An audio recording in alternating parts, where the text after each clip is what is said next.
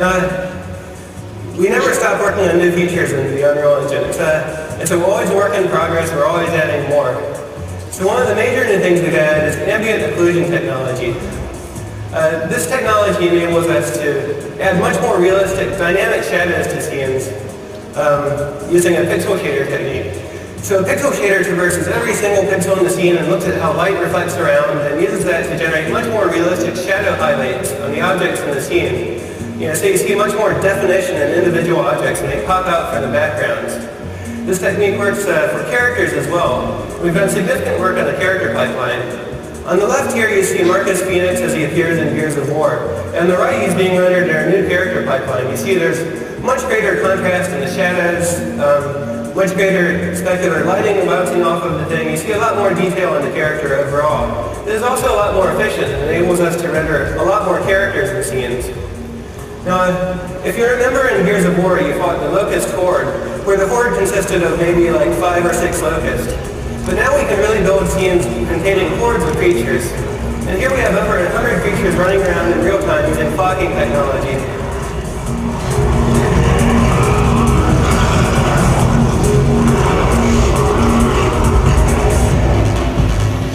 We've also improved the water technology on Unreal Engine 3.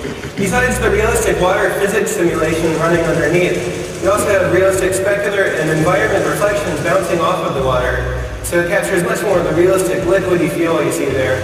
You also have more dynamic interaction with the water, so more realistic sound effects, more realistic splashes using particle systems, and this scales to very large environments. So you can build your game taking place on a deserted island, or you can build that jet skiing game you always wanted to build using Unreal Engine 3. The engine now scales to much larger scenes like that.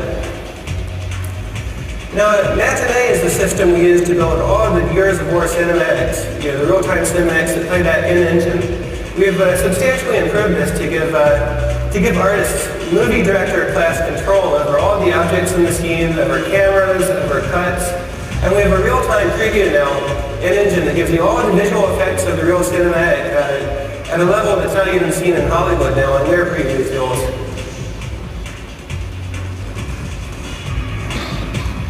We've also incorporated Aegea's soft body physics simulation tool, which enables us to simulate objects that are realistically elastic and fluidy, like you see with this cube of meat we built here.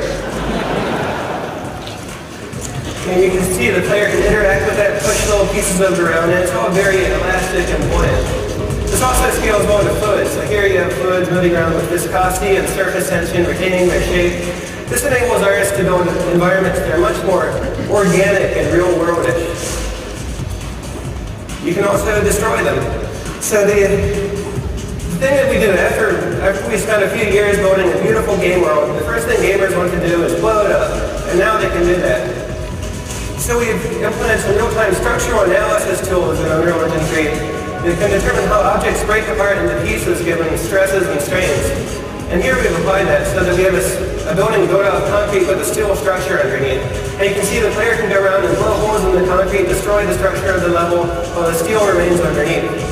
This is one of the tools that enables designers to create far more realistic and destructible environments in future games. And these are just a few of the things we've been working on in Unreal Engine 3. We expect to have a lot more over the coming years as we learn to take more and more advantage of the Xbox 360's hardware.